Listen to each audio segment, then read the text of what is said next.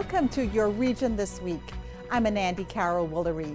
We have a packed show for you today, so let's get into it. First off, we hear from citizens in Kitchener who are fed up with the provincial government's cuts and want their voices heard. Let's listen to what they had to say. We're here to show solidarity against these cuts that the Ford government has been making because they're not what the general population of Ontario wants. And what justice means to me is a government that protects the vulnerable and punishes the wicked. The best outcome would be that that things would turn around and be different, and we wouldn't end up in the sort of economic peril that is bound to happen from all of these cuts. This is not what my people want. This is not what the people of KW, Cambridge and Guelph want. Nobody voted for these cuts. We need people to look at the actual facts of what's happening on the ground. The main message that I'm hoping to share is not to feel isolated, alone, and powerless with all of these cuts that are affecting Cambridge, Ontario, and Canada more generally. I don't feel like many political representatives are comfortable expressing some of the ramifications of climate change, of the current income inequality that we're experiencing, precarious employment, and that's how democracy works, is allowing people to be engaged, informed, and to work from the bottom up. I was in grade 5 when Mike Harris was Premier, and I remember seeing and visiting my teachers on the protest line and hearing the same kinds of stories. And unfortunately, we the people are going to suffer until we wake up and pay attention. The protest was held in multiple communities across Ontario, including Stratford, Toronto, and Ottawa. Hundreds turned out in attendance. Next, we hear about a federal investment into businesses in Waterloo Region. MP Bardish Chagger of Waterloo made the announcement from XL Tool in Kitchener. Today's announcement highlights once again that Waterloo Region has businesses within our region that are able to compete not only here at home but on the international stage, and we have businesses that actually represent all sectors. But manufacturing is a really important part of that. So as much as we have automated our industry when it comes to manufacturing, these are high quality middle class jobs that allow people to not only provide for themselves, but to actually provide for their families and then help to continue to grow our economy here at home. XL Tooling is receiving $750,000 to expand this facility by 10,000 square feet, create 13 full-time jobs here in Waterloo, and add new advanced manufacturing equipment that will automate and streamline production. We are a hub of innovation, and we have always actually been ahead of the curve when it comes to the economy. So we have embraced our academic institutions. We are creating the leaders of today and tomorrow. We know that our best natural renewable resource is our people, and that's why we'll continue investing in them. FedDev Ontario is also supporting NASARC Technologies with $2.8 million investment to commercialize its patented 3-part welding tip cleaning and changing system. And we're talking about good jobs. So as we actually just heard be talked about, these are middle class jobs that pay $70,000 plus. These are companies that invest in the talent of today and build the leaders of tomorrow. I'm also pleased to announce a FedDev Ontario contribution of $3.25 million for Magnet Forensics to develop the next generation of its digital forensic software tools used by police, national security, and other public and private agencies around the world with investigative authorities. May 12th to the 18th is Ontario Police Week, a week dedicated to supporting our municipal, provincial, and federal police forces here in Ontario. We spoke with the Waterloo Regional Police about what they have planned for the events in the community this week. So Police Week occurs through May 12th to the 18th. Roughly began about 50 years ago. It's in celebration of policing professionals and what they bring to the community. So it's a chance to celebrate policing and to celebrate our civilian members as well as our sworn members. Locally, it's a chance to bring everyone together, bring the community together, and just to recognize the hard work of all of our members. The themes do change every year, and again, this year is proudly supporting our police. So again, it's an opportunity to do that and to celebrate the safety of Waterloo Region and how we all work together to make that happen. On May 11th, we'll have our open house here at Police Headquarters from 10 to 3 p.m. It's a great opportunity to bring the whole community together, to bring our service together. So we'll have many different displays. There'll be pony rides, a bouncy castle for the kids as well. There's a chance to check out our K9 unit. There'll be some demonstrations from our emergency response team as well. So it's just a great day to come out, especially with the nicer weather, just to hang out with the family and kind of see what all policing's about. When it comes to policing, we rely on the community to ensure a safe community. We rely on them for information. So community safety is not just a police job, but it's everyone's responsibility. So again, it's a chance to engage with the community, have some fun, and hang out. So for our open house, it's actually a free event. So again, we're encouraging everyone to come out and to have fun, to engage. And all we're asking for is donations to the local food bank. So it's a chance to give back as well. So they can follow us locally at WRPS Today on Twitter and at official WRPS on Instagram, and we're also on Facebook as well. Police Week gives the community the opportunity to get to know their local police service. Stay tuned. We have lots more going on in your community right after this.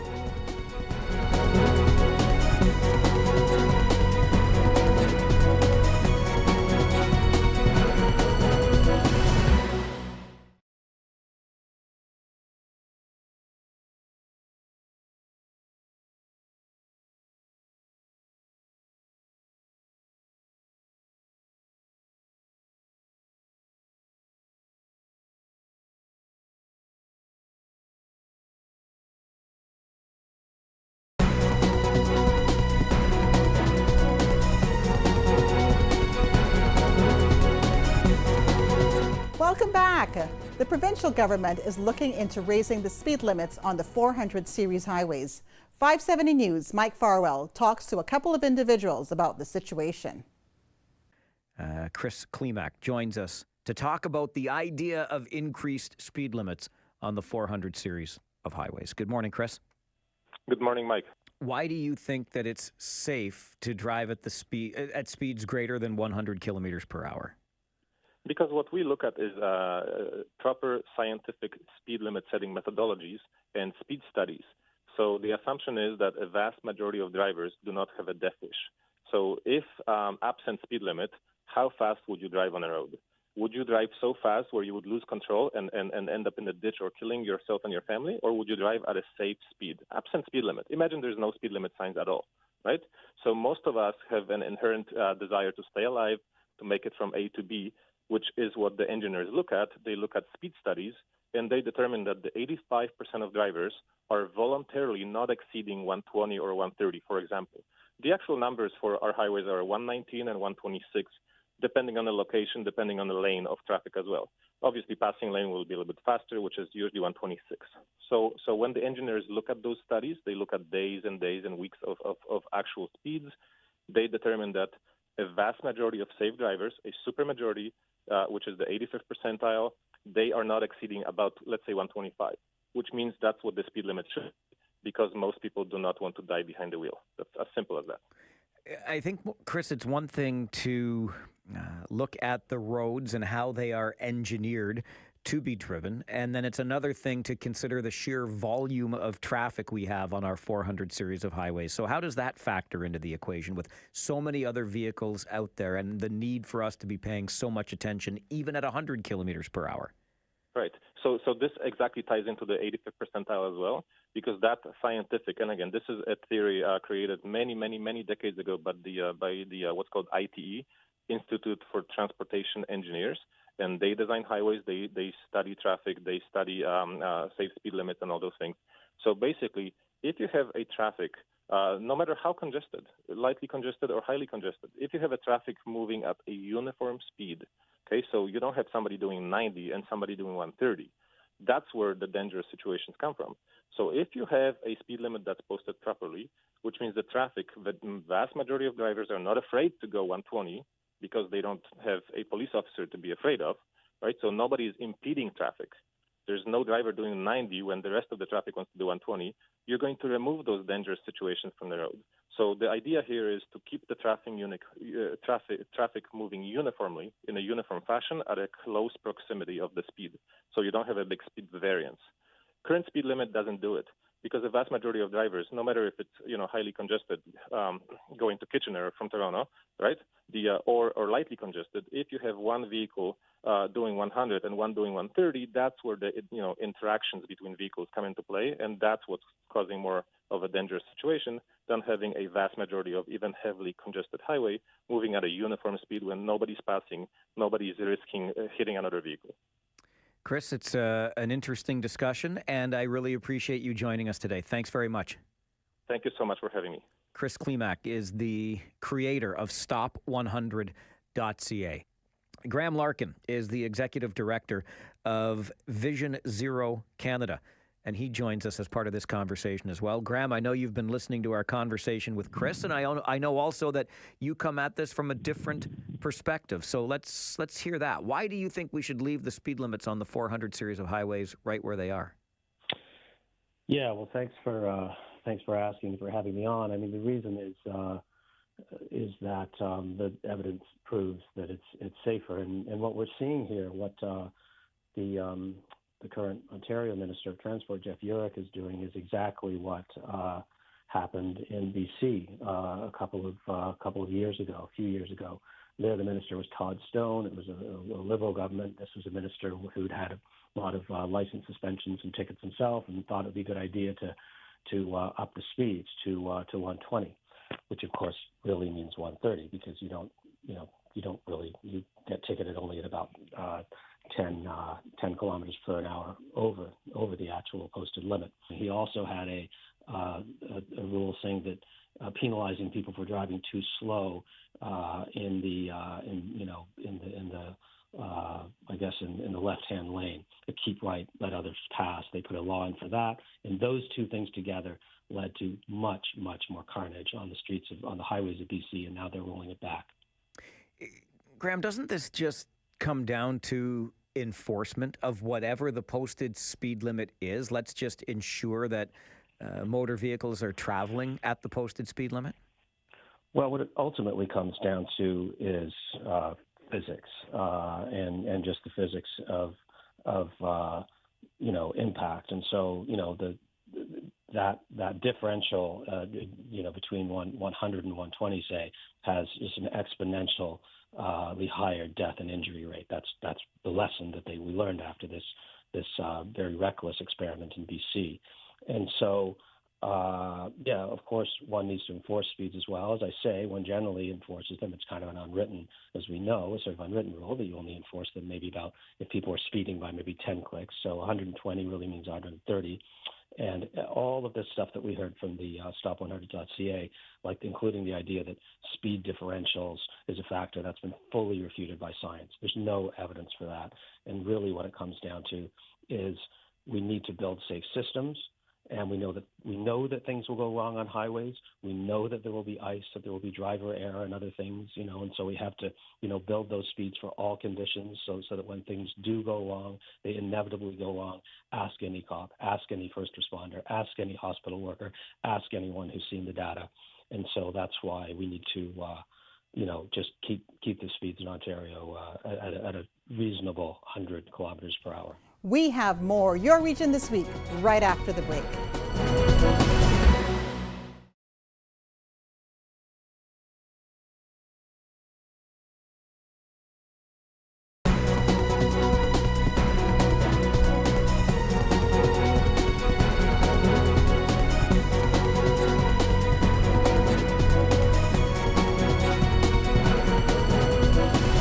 Welcome back. The region of Waterloo has made the announcement that the region's light rail transit system, the ION, will be coming into service June 21st. The region is holding information sessions on May 11th, featuring the new vehicles and how to board the train. We spoke with the regional transit planner on how this will all come into play. So we're here today to show people what the new light rail vehicles look like, and some of our new customer information tools such as maps and our new fare machines, which we've got working today, so people can see how they would pay their fare on the platform to board the train. So ION is a rapid transit line, so it stops less frequently than a bus. It has its own lane, so it's separate from traffic, and it has longer vehicles with more capacity than a bus. So this is really an elevated transit experience, something that we only see in large cities right now in Canada, like Toronto or Ottawa. So this is really, we're hoping, going to put us on the map with a more premium service for riders. First step is to getting on is to have a valid fare, so you can tap your EasyGo card on a validator on the platform or pay your fare at our new fare machines on the platform. Then you board at any one of the doors along the train. If you need accessible boarding, that's indicated. The doors are indicated with some black areas on the platform as well. And then they board at any one of the doors. They'll open at any station. So here's how to load your EasyGo fare card at an ION platform. Tap I have an EasyGo fare card, then touch your card to the reader.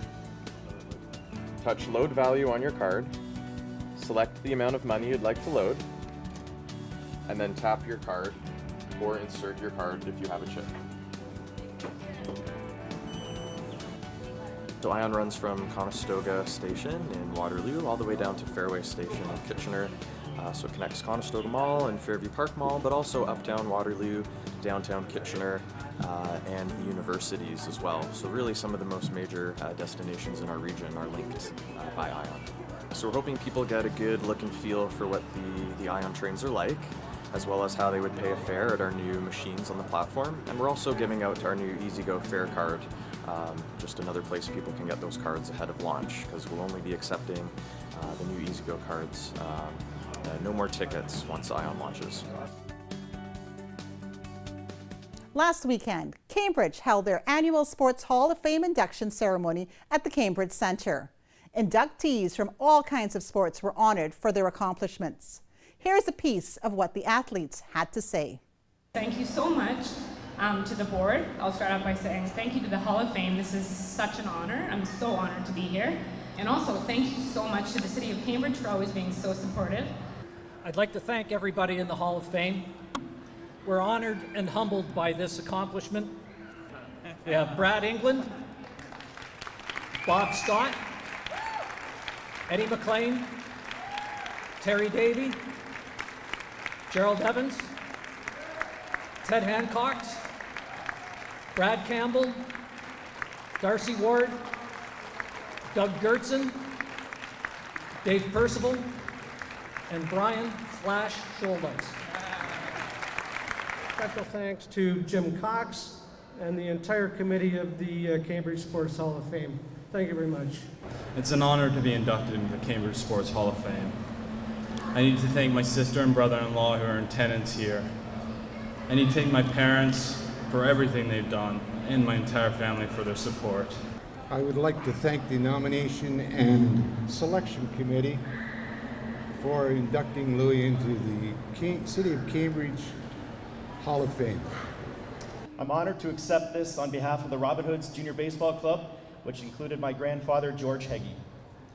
I also like to say congratulations to these fine athletes as well. I would like to thank the committee for bestowing on me this prestigious honor. Never in a million years would I have envisioned myself amongst the people here in the Cambridge Sports Hall of Fame.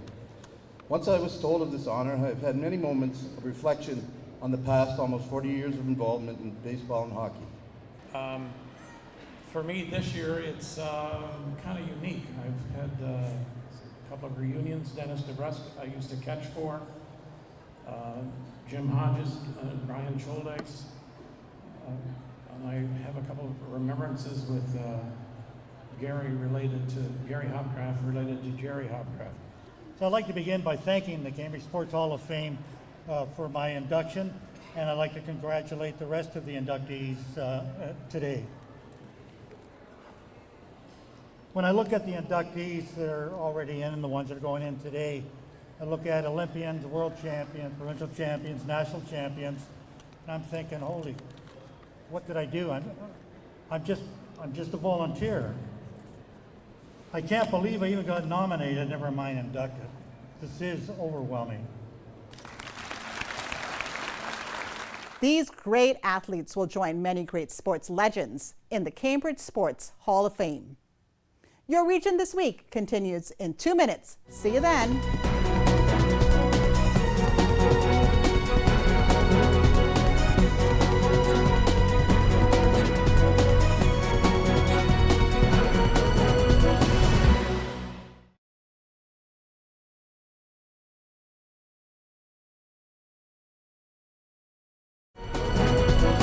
Welcome back. 519 Sports Online talks with 2 members of our local sports community.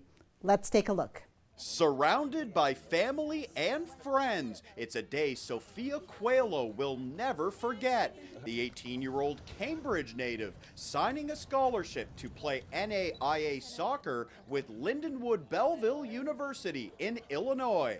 You go through a bunch of schools and it needs to feel like home away from home. That's where you're going to be for 4 years, and Coach Erica really did that for me. I actually saw the school almost 2 years ago now, and it just always stuck with me. I know my family really liked it, and she just always stayed in contact, so it meant a lot to go away and just have another family there. We're choosing you, but you're also choosing us.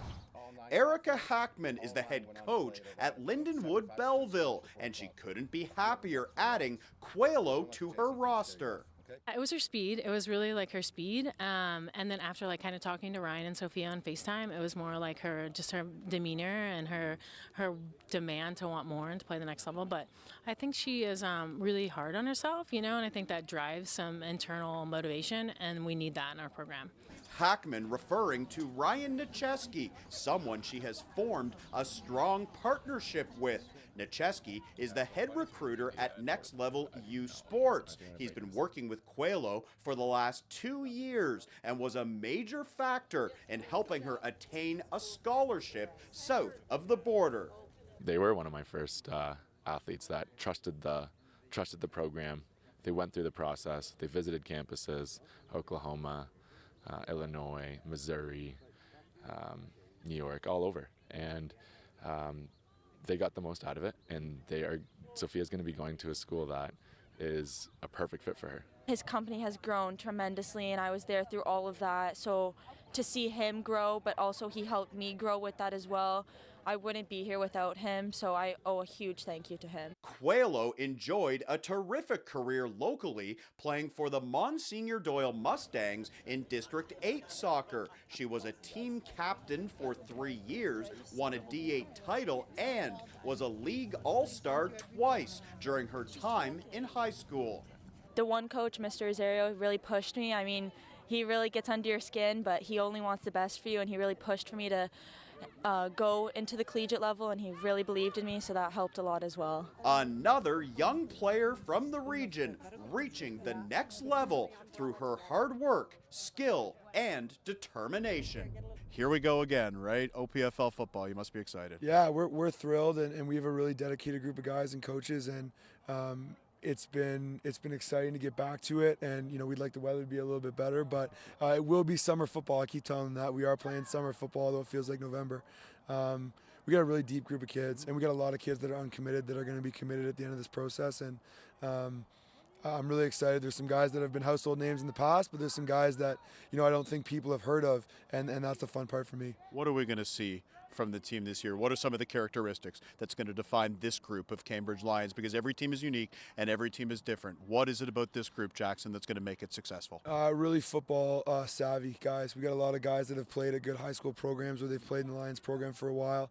And I think that makes them really strong players in our league. There's always good athletes. Everyone has good athletes, but I feel really strongly that our coaches are doing a good job of teaching these young men the game, and we got the right group of 60 guys to make it happen. Saturday, May 11th here at Jacob Hespeler, the Cambridge Lions opening their season. Thanks for the time, Jackson. I know everybody's excited to get the thing going. That wraps up our first episode of Your Region This Week. There's many more to come. Thanks for watching, and we'll see you next week.